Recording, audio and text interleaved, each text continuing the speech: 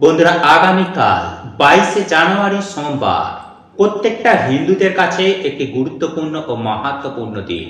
কারণ আগামীকাল হচ্ছে ভগবান শ্রীরাম মন্দিরে রামলালার প্রাণ প্রতিষ্ঠা এবং এই দিনেই হচ্ছে কুর্ম দ্বাদশী। মানে এই দিনে ভগবান বিষ্ণু তার দ্বিতীয় অবতার নিয়েছিলেন। বন্ধুরা, এই দিনে সামান্য কিছু কার্য আমাদের সকল দুর্ভাগ্যের নাশ করে আমাদের জীবনে পরম সৌভাগ্যে ভরিয়ে দিতে পারে। বাড়িতে হনুমানজি, ভগবান শ্রীরাম এবং মা লক্ষ্মীর কৃপার বৃষ্টি হয়। বন্ধুরা, এই দিনের অমৃত মুহূর্ত হচ্ছে সকাল 6টা 10 মিনিট থেকে সকাল 8টা বেজে 35 মিনিট পর্যন্ত এবং এই দিনের মহা মুহূর্ত হচ্ছে বিকাল 5টা 10 মিনিট থেকে সন্ধ্যে 7টা 15 মিনিট পর্যন্ত। বন্ধুরা, এই সময়ের মধ্যে আপনারা যদি আপনার বাড়ির সদর দরজায় এই জিনিসটি ঢেলে দিতে পারেন, তাহলে স্বয়ং পরমেশ্বর ভগবান শ্রীরামচন্দ্র এবং হনুমানজি সহ মাতা সীতা আপনার বাড়িতে আসবেন। শাস্ত্র বলছে এই দিনে সকালের এই সময়ে যারা নিজের মনের ইচ্ছা বা মনের বাসনা বলবে, তা অবশ্যই অবশ্যই পূর্ণ হবে। এবং এই সময়ের মধ্যে যারা আগামীকাল স্নান করবে এবং বাড়িতে সামান্য এই জিনিসটি কিনে আনে বা বাড়িতেই ভগবান শ্রীকৃষ্ণ কিংবা মা লক্ষ্মী নতুবা ভগবান রামচন্দ্রের বাড়িতে পুজো আরাধনা করে, সেই বাড়িতেই সর্বদেবদেবীর কৃপা সারা বছর বিরাজ করে। তাদের আর্থিক উন্নতি হয়, কাজের জায়গায় সুফল আসে, মান সম্মান এবং যশ বৃদ্ধি পাবে। পরিবারে সারা বছর সুখ শান্তি সমৃদ্ধি বজায় থাকে। তাই অবশ্যই অবশ্যই বন্ধুরা, আপনারা ভিডিওটি পুরো দেখতে ভুলবেন না। তাই চলুন বন্ধুরা, এইবার সবার আগে আমরা জেনে নিই যে এই দিনে আপনারা কোন কাজগুলি করবেন না।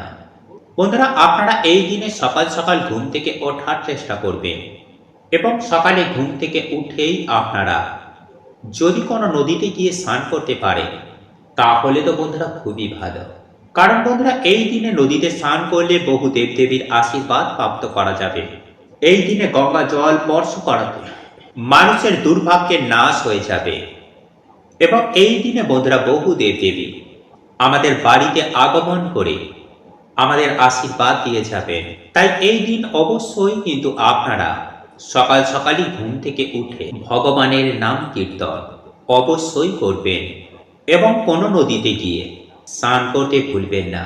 নাম্বার 2, বন্ধুরা, এই দিনে ঘুম থেকে উঠেই কিন্তু আপনারা কখনো পরনিন্দা, ঝগড়া ঝামেলা, অশান্তি, কলহ এগুলি করবেন না।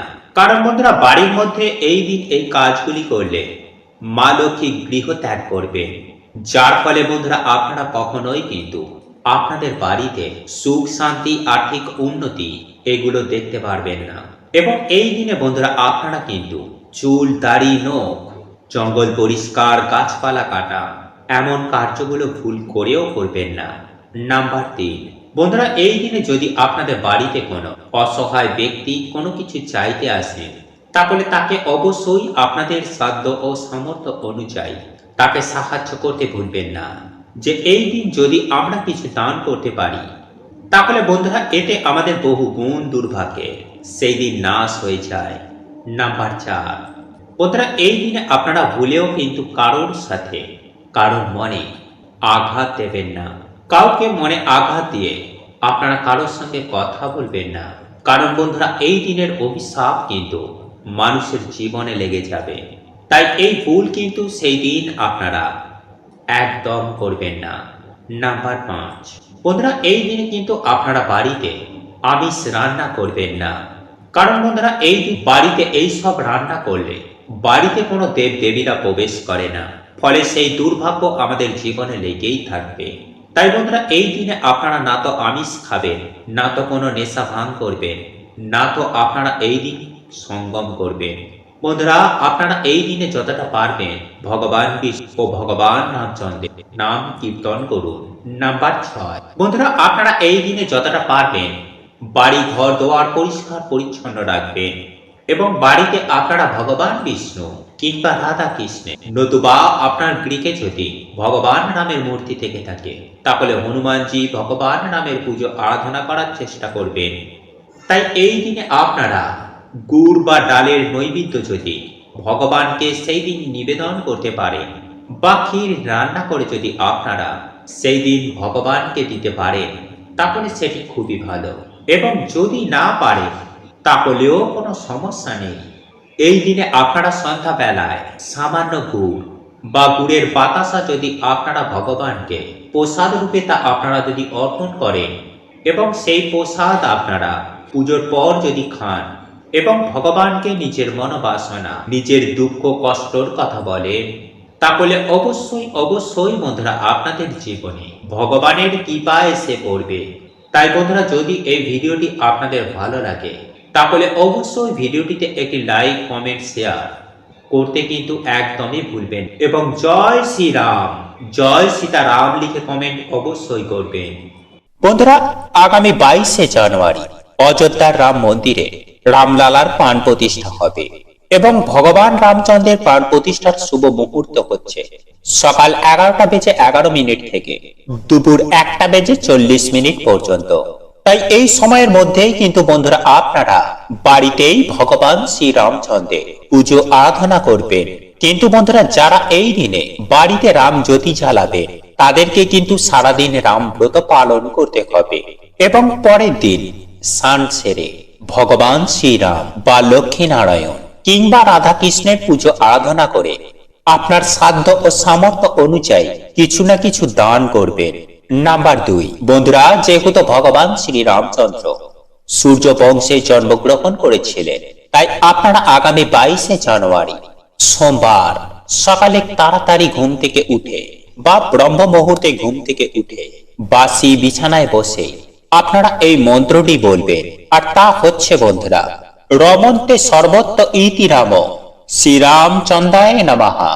বন্ধুরা, আপনাদের সুবিধার্থে মন্ত্রটি আমি আরো একবার আপনাদেরকে শোনাচ্ছি। মন্ত্রটি হলো রমন্তে সর্বত্র ইতি রাম শ্রীরামচন্দ্রায় নমঃ।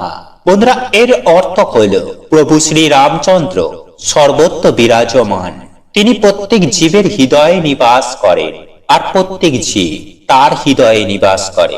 সেই করুণাময় প্রভু রামকে আমি শত কোটি কোটি প্রণাম জানাই। এরপর বন্ধুরা আপনারা স্নান করে এসে সূর্যদেবকে কিন্তু অবশ্যই আতপ চাল ও লাল ফুল মিশ্রিত জল অর্পণ করতে ভুলবেন না এবং যেই স্থানে আপনারা ভগবান শ্রীরাম বা লক্ষ্মীনারায়ণের পুজো আরাধনা করবেন সেই জায়গাটিকে আপনারা ভালো করে গঙ্গা জল দিয়ে পরিষ্কার পরিচ্ছন্ন করে নিন এবং হাতে সামান্য গঙ্গা জল বা ধান নিয়ে আপনারা একটি সংকল্প গ্রহণ করুন যে আজকের দিনে আপনারা ভগবান শ্রী রামচন্দ্রের পুজো আরাধনা করবেন, যার ফলে স্বয়ং ভগবান শ্রী রামচন্দ্র আপনার বাড়িতে আসবেন, আপনাকে আশীর্বাদ দেবেন।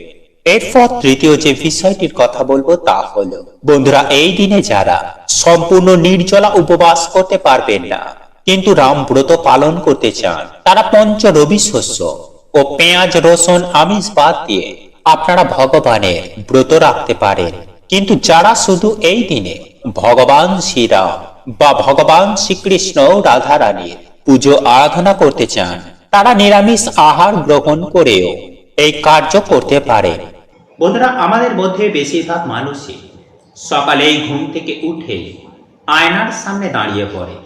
এটা কিন্তু আপনারা ভুল করেও করবেন না, কারণ বন্ধুরা আয়না কি করে, সারা রাত আমাদের বাড়িতে যে নেগেটিভ ঊর্জা রয়েছে তা শোষণ করে নেয় এবং যখন আপনি সকালবেলায় ঘুম থেকে উঠেই আয়না দেখেন তখন সেই নেগেটিভ এনার্জিকে আয়না আপনার ওপরে রিফ্লেক্ট করে দেয়, ফলে খুব সহজেই আপনার মেজাজ হারিয়ে যায়, মাথা গরম থাকে, কোনো কাজে মন বসে না, ফলে সৌভাগ্য আপনার জীবনে আসে না। তাই এই ভুলগুলো বন্ধুরা আপনারা সকালে ঘুম থেকে উঠে একদম করবেন না। নাম্বার 2, বন্ধুরা আপনারা কি করবেন, আজ রাতে যে কোনো একটি ঘটের মধ্যে জল ভরে রাতে ঘুমানোর আগে কিংবা আপনাদের দরজার সামনে রেখে দেবেন। এরপর আগামীকাল সকালে যখন ঘুম থেকে উঠবে আপনারা সেই জলটি নিয়ে গিয়ে আপনাদের বাড়ির সদর দরজার ভেতর দিকে দাঁড়িয়ে বাইরের দিকে মুখ করে সেই জলটিকে আপনারা ডান দিক এবং বাঁ দিকে ফেলে দেবেন। এতে বন্ধুরা আপনাদের বাড়ি থেকে গ্রহ দোষ কাটবে এবং ভগবান রামচন্দ্র এবং হনুমানজি সহ মাতা সীতা আপনার বাড়িতে আসবেন, আপনাকে আশীর্বাদ করবেন এবং ডেফিনেটলি আপনাদের আর্থিক উন্নতি হবেই হবে। কারণ বন্ধুরা, এই ছোট্ট প্রক্রিয়াটি এতটাই শক্তিশালী যে কিছু দিনের মধ্যেই এই প্রক্রিয়াটির ফলে বাড়িতে মা লক্ষ্মীর আগমন হয়। নাম্বার 3, বন্ধুরা, আমরা প্রত্যেকেই আমাদের বাড়িতে ঘুম থেকে ওঠার পর আমাদের সদর দরজা অথবা উঠোনে ঝাড় দিই। কিন্তু বন্ধুরা, আপনারা এই দিনে কি করবেন? ঝাড় দেওয়ার আগে সেই জায়গায় আপনারা একটি ঘটিতে জল ভরে কিছুটা পরিমাণ হলুদ গুলে সেই জলটি দিয়ে তারপরে ঝাড় দেবেন। এতে যদি বন্ধুরা কেউ আপনাদের বাড়িতে কোনো রকমের ক্ষতি করে থাকে, তাহলে তৎক্ষণাৎ সেই ক্ষতি বা নেগেটিভ এনার্জি ভগবান শ্রী রামচন্দ্রের আশীর্বাদে তাদের বাড়িতে রিটার্ন চলে যাবে। বন্ধুরা, যদি এই দিন আপনারা আপনাদের বাড়িতে বড় করে পুজো করুন বা নাই করুন, এই দিনে আপনি যদি সামান্য একটি ঝাঁটা বাড়িতে নিয়ে আসতে পারেন, তাহলে এই পূর্ণ পবিত্র দিনে মা লক্ষ্মী আপনার গৃহে প্রবেশ করবে। কারণ এই ঝাড়ু বা ঝাঁটা হচ্ছে মা লক্ষ্মীর প্রতীক। এই ঝাড়ু বা ঝাঁটা আমাদের বাড়ি থেকে অলক্ষ্মী বিদায় করে। তাই এই দিনে আপনারা একটি নতুন ঝাঁটা বা ঝাড়ু কিনে পুরনো ঝাঁটাটিকে ফেলে দেবে এবং সেই নতুন ঝাঁটাটিকে আপনারা প্রত্যেক দিন ব্যবহার করবেন। এতেই বন্ধুরা আপনাদের ঘর থেকে সমস্ত রকমের বাধা বিঘ্নের নাশ হয়ে যাবে এবং আপনাদের আর্থিক উন্নতি অবশ্যই হবে। নাম্বার 2, পদ্ম ফুল। বন্ধুরা, মা লক্ষ্মী বলুন বা ভগবান বিষ্ণু কিংবা প্রভু শ্রী রামচন্দ্রের কথা বলুন, এই পদ্ম ফুল সকলেরই প্রিয়।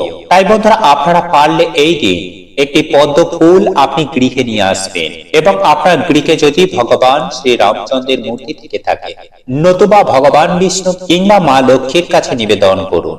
নাম্বার 3, লক্ষ্মী কড়ি। বন্ধুরা, সমুদ্র মন্থন থেকে যখন মায়ের আবির্ভাব হয়, তখন মায়ের সাথে এই লক্ষ্মী কড়িও সমুদ্র মন্থন থেকে বাইরে আসে। তাই এর জন্য মায়ের অত্যন্ত প্রিয় হচ্ছে এই লক্ষ্মী কড়ি। মানা হয় যে বাড়িতে মায়ের পাশে লক্ষ্মী কড়ি থাকে, সেই বাড়িতে সদা সর্বদাই সকল দেবদেবীর আশীর্বাদ থাকে এবং মা লক্ষ্মীর বাস হয়। সেই বাড়িতেই সদা সর্বদাই সুখ, শান্তি, সমৃদ্ধি বিরাজ করে। তাই বন্ধুরা, আপনারা এই পূর্ণ পবিত্র দিনে সামান্য কিছু লক্ষ্মী কড়ি কিনে এনে গঙ্গা জলে ধুয়ে মায়ের পায়ের কাছে চন্দন মাখিয়ে রেখে দিন। নাম্বার 4, এই দিনে যদি কোনো ঠাকুরের বাসন কেনা যায় কিংবা প্রভু শ্রী রামচন্দ্র, মাতা সীতা, হনুমানজির কোনো ফটো কিংবা মা লক্ষ্মীর মূর্তি বা ফটো, ধান, গোমতী চক্র কিংবা দক্ষিণাবর্ত শঙ্খ, এগুলির মধ্য থেকে যে কোনো একটি জিনিস আপনি যদি আপনার গৃহে নিয়ে আসতে পারেন, তাহলে এই জিনিসের জৌলসে স্বয়ং ভগবান রাম, মা লক্ষ্মী, মাতা সীতা, হনুমানজি আপনাদের বাড়িতে আসবেন এবং বাড়ির শ্রীবৃদ্ধি ঘটবে।